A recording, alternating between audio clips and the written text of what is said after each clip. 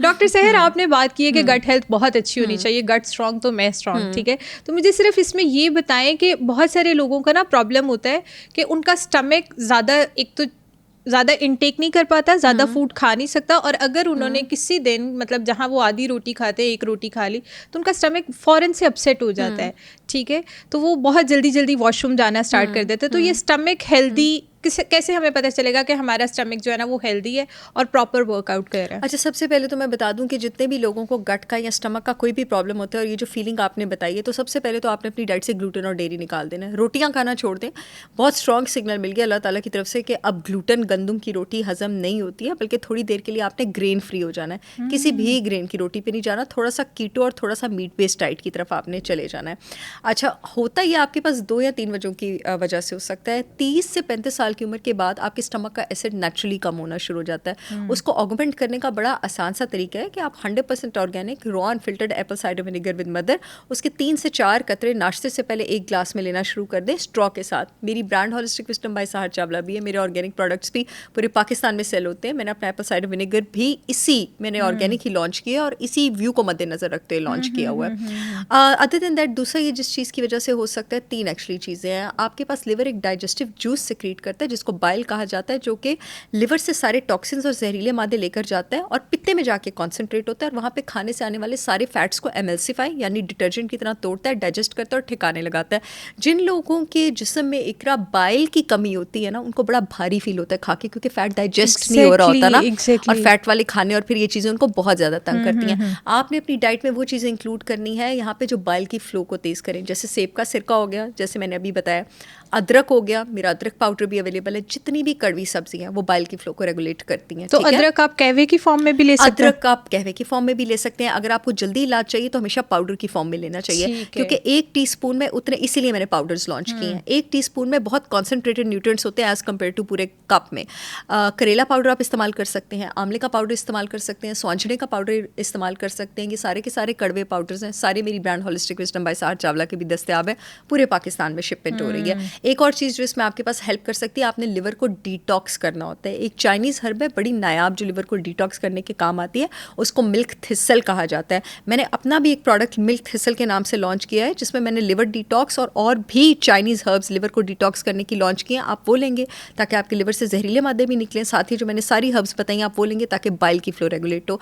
तीसरी जो रीज़न होती है जिसकी वजह से आपको खाना हजम नहीं हो रहा होता, आपकी जो खाने की 90% डाइजेशन है वो स्मॉल इंटेस्टाइन में होती है। स्मॉल इंटेस्टाइन में इंडाइजेस्टिव एंजाइम्स को जो ग्लैंड सिक्रीट करते हैं, मैंने भी बताया था, स्मॉल इंटेस्टाइन के ऊपर लोकेटेड होता है पेंक्रियास। पेंक्रियास से डाइजेस्टिव एंजाइम्स ठीक तरह सिक्रीट नहीं हो रहे होते हैं। आप कोई अच्छा सिंथेटिक डाइजेस्टिव एंजाइम सप्लीमेंट ले सकते हैं, उसको ट्वाइस या हस्बे ज़रूरत अपने डॉक्टर से मशवरा करके थ्राइस डेली विद मील्स लेना स्टार्ट करें। आप देखेंगे कैसे जादू की तरह प्रॉब्लम गायब होता है। जैसे आपने बात की डिटॉक्सिफिकेशन की, तो डिटॉक्सिफिकेशन क्या है और कैसे हम घर बैठे डिटॉक्सिफाई कर सकते हैं अपने लिवर को, अपनी बॉडी को, और इसका क्या प्रोसेस होना चाहिए और किस एज से आपको ये चीज़ स्टार्ट कर देनी चाहिए? देखिए, आपको कोशिश करनी चाहिए कि आप अपने आप को अव्वल तो और अपने बच्चों को इतनी चोटी ना पहुंचाएं कि उसके बाद आपको इंटेंसिव डिटॉक्सिफिकेशन की ज़रूरत पड़े। वैसे तो आपको हमेशा ही क्लीन डाइट पे रहना चाहिए।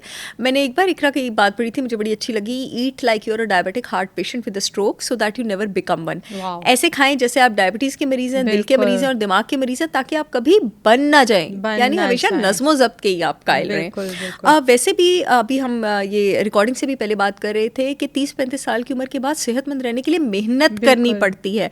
प्लीज़ अंडरस्टैंड कि अब बॉडी और ख़ास करके आपका डाइजेस्टिव सिस्टम स्लो हो रहा है, metabolic process, calorie burning process, खाने को हजम करने का प्रोसेस स्लो हो रहा है, और अब वो बात नहीं रही है। अगर मैं एफर्ट नहीं करूँगा तो मैं हेल्दी नहीं रहूँगा। और ये पता कैसे लगता है, अब ये डिफरेंट लोगों पर 40 की जो एज है वो डिफरेंट तरीके से हिट करती है। कुछ लोग ग्लो कर रहे होते हैं और कुछ लोग 40 में ऐसा लग रहा होता है कि सदियों का सफ़र गुजार रहे हैं और मुक गए हैं। ये कोई इंसिडेंट बाय चांस नहीं है। ये आपने जो कहते हैं, मैं हमेशा कहती हूँ कि जवानी में इंसान को जवानी चलाती है, लेकिन बुढ़ापे में इंसान को असूल चलाते हैं। यानी जो लोग सिर्फ जवानी में अच्छे लगते हैं, उन्होंने जवानी में असूल नहीं कायम रखे होते, तभी वो बुढ़ापे में पता लग रहा होता है कि उनकी क्या हालत होगी। जो लोग बुढ़ापे में अच्छे लगते हैं ना, उन्होंने अपनी जवानी असूल से गुजारी होती है, तो वो जो उनके असूल की रिफ्लेक्शन है ना, वो उनके बुढ़ापे में नज़र आ रही होती है। तो वो हमारी डाइट को लेके भी हमारे पास ऐसा ही नज़्म ज़ब्त है। और specially once you have cross 35, ठीक है, खुदा के वास्ते 5-6 बजे के बाद डिनर ना करें। मेरे पास ख़वातीन आती हैं, मर्द हज़रात भी आते हैं, फैटी लिवर अब तो मर्दों में भी रख दिया, बहुत ज़्यादा है, इंटेंस बहुत फैटी ज़्यादा लिवर है, प्रॉब्लम, बिल्कुल, मर्दों में बिल्कुल। एस्ट्रोजन टॉक्सिसिटी भी बहुत ज़्यादा हो गई है ना, बिल्कुल फीमेल ऐसे, हार्मोन ज़्यादा हो गया, बिल्कुल उनके ऐसे, पेट भी बहुत बड़े बड़े हो गए। बिल्कुल ऐसे। So the thing is that आते हैं जी, आप एज आपकी 45-50 है और हंसते आप कह रहे हैं जी मैंने रात को 10 बजे रोटी खाई, 11 बजे रोटी खाई है, तो क्या आपकी बॉडी ने हील करना है?